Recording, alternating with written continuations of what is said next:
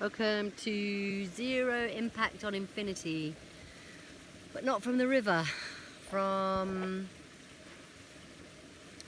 a piece of land with some water behind me on a beanbag, because my pump has broken and I can't manually pump it to the PSI that I need.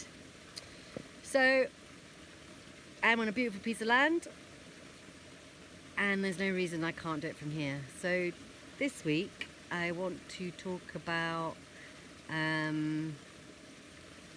you have a good relationship. And my conclusion over the years, and I had a conversation about it this week, which is why it reminded me, is that the key to it is to remain exactly who you are. And that's very easy to say, right? So this is how the conversation started. And I know that's why several of my relationships didn't work out, because somehow you get sucked into this sort of vortex where you have to compromise, and somehow there's a thin line between what you can compromise and what you can't compromise, and part of that is I don't know if you know what you can and can't compromise, and that's part of the problem. And if you aren't with someone who, or both of you, can help each other not compromise what is important, then you end up not being who you were when you first met. And that's not to say that you can't change, because the whole point of life is growth and increasing potential and finding out who you are and all that. I'm sure about that. And yet, that is one massive key to stay who you are, to stay true to yourself. And the lines are so blurred that it's almost impossible to do that. I think there are a couple of indicators. The first thing is, if you're very different with the person that you're with than you are with your friends, that is a little indicator in that you are no longer, you're dumbing down something, or you're hiding something. I think also if you are, if you become one unit, you're not, you're two people, so I think that's a pretty big indicator. Trying to think of my own relationships looking back. I know they fell apart because of not losing who I was. There's no doubt about it.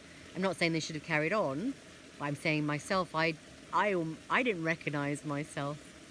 I'm trying to think of some fun. I mean, the situations are tiny, right? And they feel insignificant to say.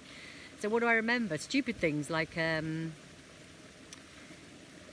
ready to go out and being shouted at, like, you take so long to go out. And honestly, I don't. I just about can put mascara on. And I thought, I don't know who that person's talking about. And that was a really weird moment. And then another relationship it was a great relationship for me. But in the end, just being completely exhausted by putting the other person's life completely before mine, because it was so, I wouldn't say more dramatic, but, you know, he had children and I didn't, and, you know, and that's okay. And I think on one level that is okay. And the children turned out great, and I don't know whether they would have or not if they'd known we were together longer, or I don't know, you know, how can you speculate? But I definitely didn't recognise myself at the end of that.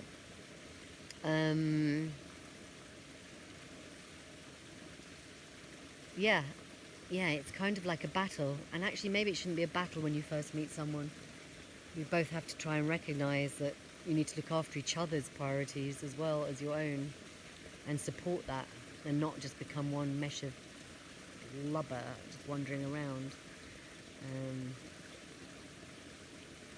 So I hope that's helpful.